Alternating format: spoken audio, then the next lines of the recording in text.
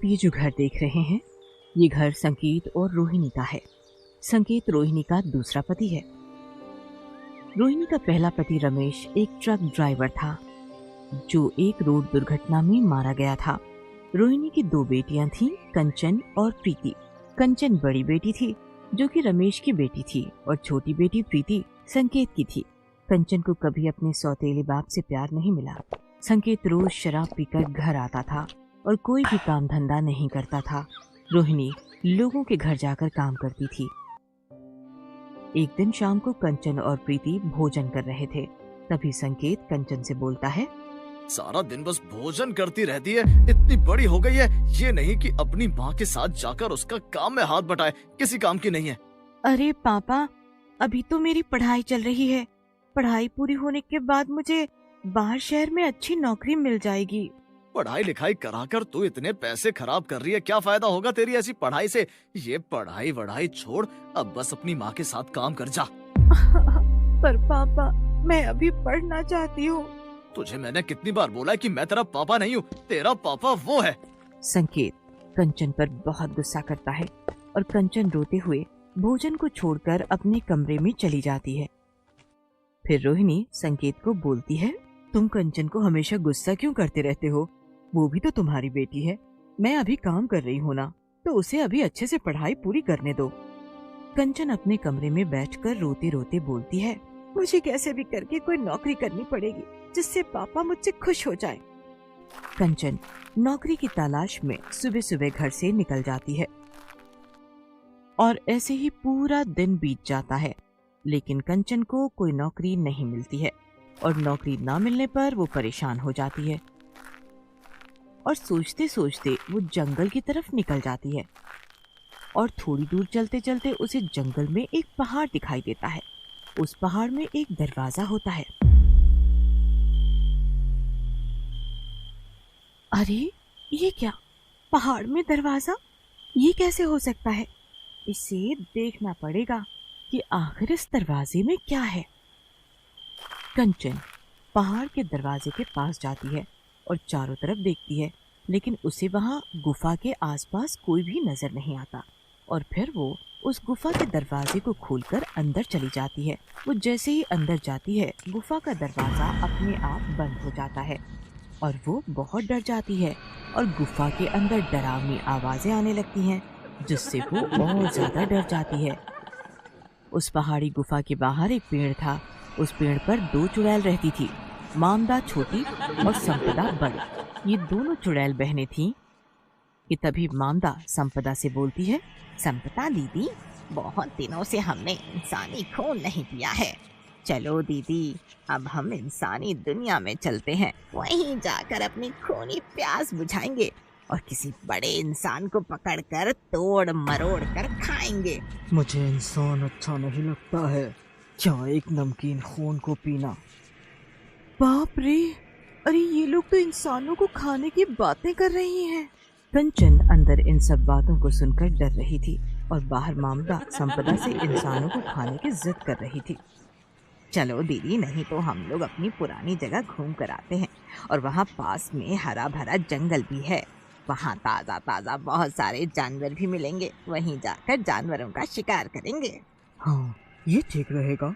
हम दोनों वहीं घूम कर आते हैं, फिर जानवरों का शिकार करके यहीं वापस आ जाएंगे।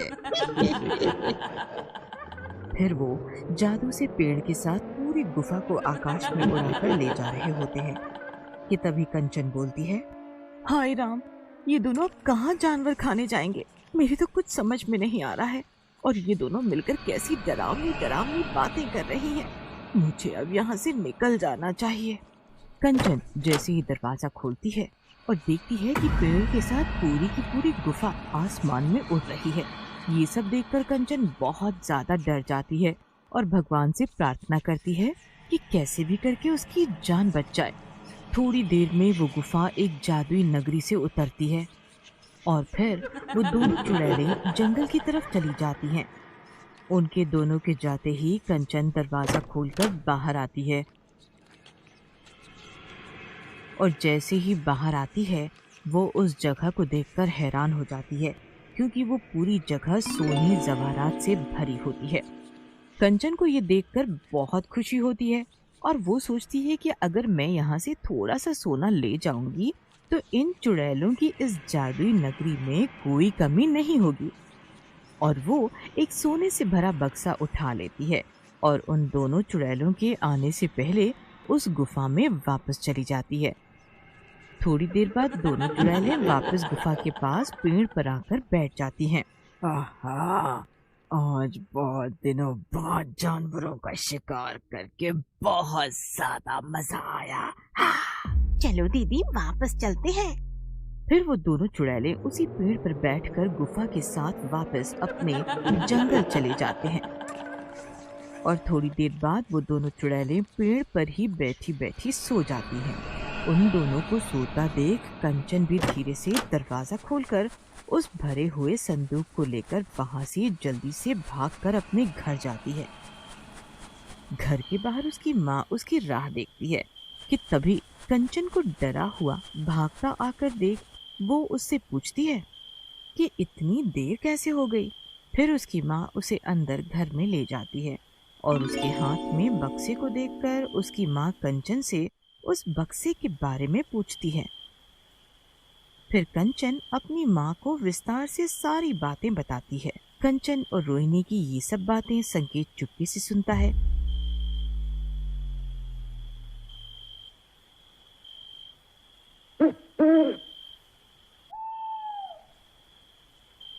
और अगले दिन रात को संकेत उसी जंगल के रास्ते से उसी पहाड़ी गुफा में चला जाता है।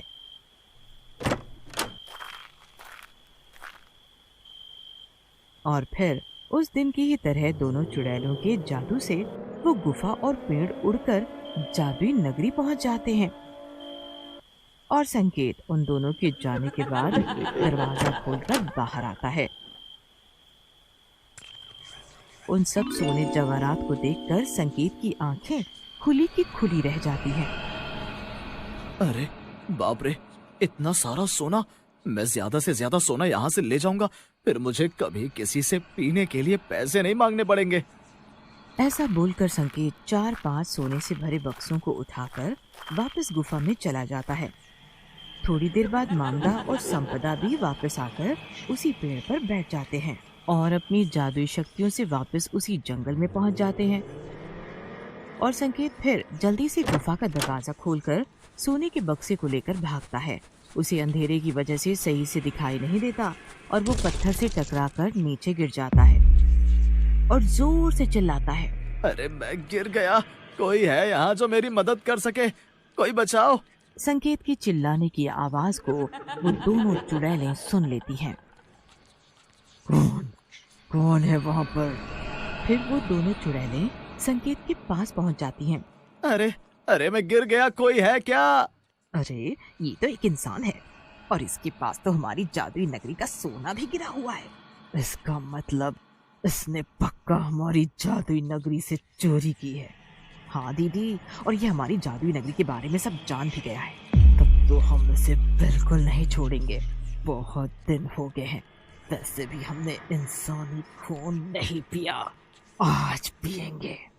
संकेत बहुत ही ज्यादा डरा हुआ होता है और वो जल्दी से उठता है और अपने घर के रास्ते की तरफ भागता है।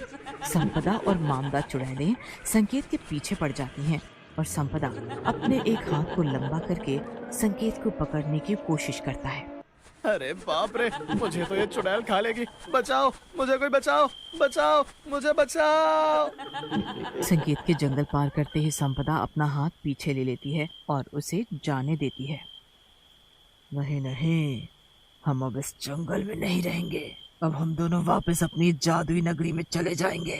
उसके बाद संपदा और मामदा दोनों चुड़ैलें हमेशा के लिए उसी पेड़ पर बैठकर पहाड़ी गुफा के साथ अपनी जादुई नगरी चली जाती हैं। और संकेत उचित शिक्षा पाकर और उदास हो जाता है और रोना चिल्लाना शुरू कर देता है। हाय राम, मुझसे कितना बड़ा सर्वनाश हो गया, मेरे हाथ से सब कुछ वहीं गिर गया। पापा, इसीलिए मैं कहती हूँ कि लालच करना बुरी बात है। भगवान ने हमें जो दिया है हमें उसी में खुश रहना चाहिए। संकेत को अपनी गलती का एहसास हो जाता है और फिर वो सब खुशी खुशी रहने लगते हैं।